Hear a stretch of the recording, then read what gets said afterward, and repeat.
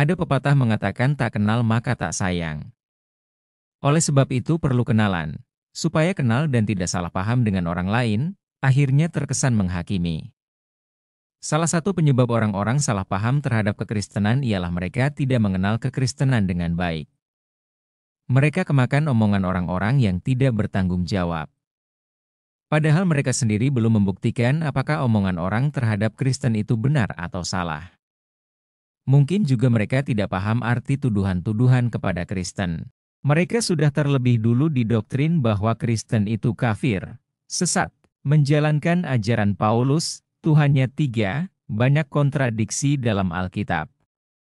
Saran saja, alangkah baiknya setiap keburukan yang dituduhkan kepada Kristen itu terlebih dulu kamu uji, apakah itu benar atau salah.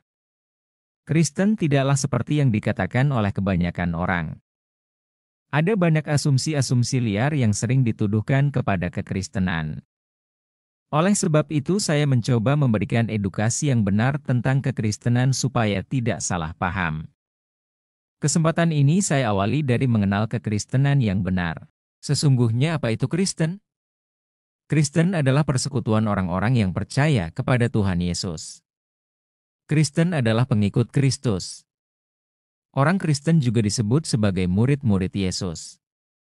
Kristen diawali oleh murid-murid pada abad mula-mula.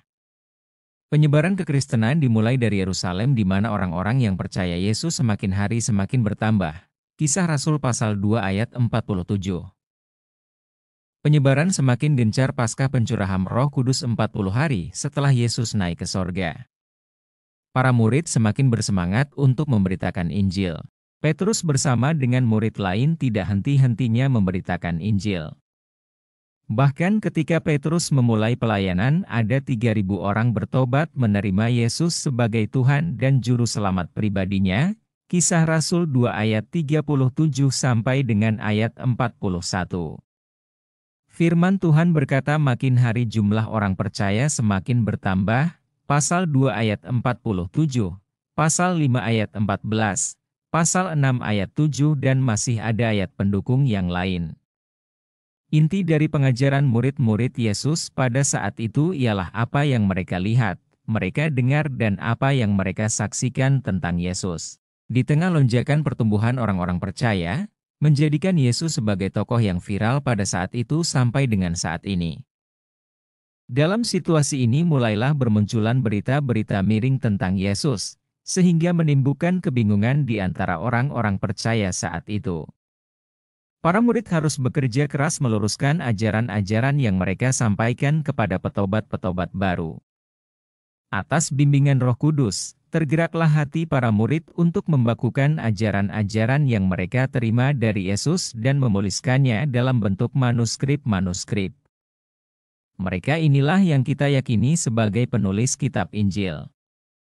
Ada Matius, Yohanes, Markus dan Lukas. Perlu kita ketahui kalau Markus dan Lukas memang bukan bagian dari 12 murid yang dipilih Yesus. Tetapi itu tidak masalah, karena syarat untuk menulis Injil tidak harus murid Yesus, tetapi orang yang dipakai Tuhan.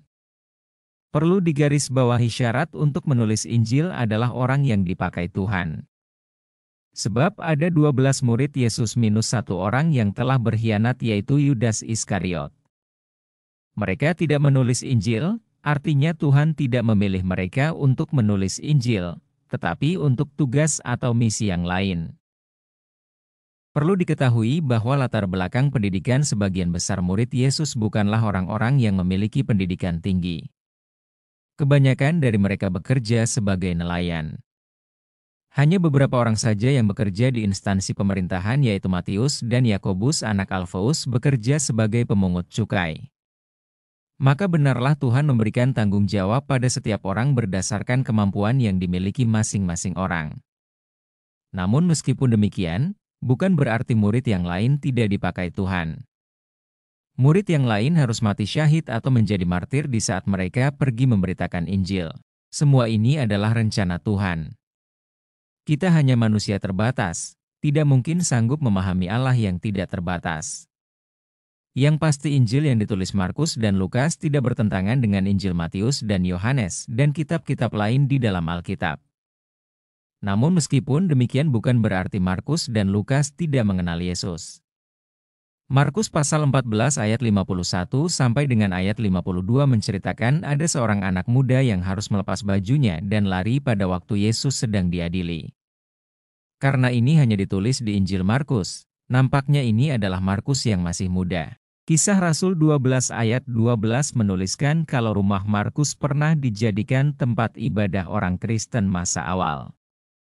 Ini artinya bahwa Markus dan ibunya sudah jadi pengikut Kristus dari sejak sebelum Yesus mati di salib. Lalu bagaimana dia bisa menulis Injil Markus? Markus kelihatannya sudah mengenal dan bertemu langsung dengan Yesus dari sebelum penyaliban. Jadi dia kemungkinan besar kenal dengan para rasul secara pribadi. Tapi keterangan paling intens kelihatannya didapat Markus dari Petrus, yang mana Markus bersama-sama dengan Petrus di Babylon, 1 Petrus 5 ayat 13. Kemudian, Lukas bukan murid Yesus secara langsung. Tapi Lukas adalah seorang terpelajar. Dia adalah tabib atau dokter yang merangkap sebagai seorang sejarawan. Karakteristik penulisannya di Injil Lukas dan Kitab Kisah Rasul menunjukkan hal ini, termasuk detail soal penyakit-penyakit.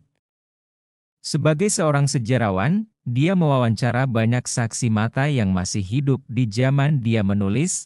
Kelihatannya waktu dia menemani Paulus di Yerusalem dan Kaisarea di mana dia bisa mewawancarai banyak saksi mata peristiwa-peristiwa beberapa tahun tentang Yesus. Jadi sah-sah saja kalau Lukas menulis Injil. Cukup sampai di sini dulu, sampai jumpa di episode berikutnya. Tuhan Yesus memberkati.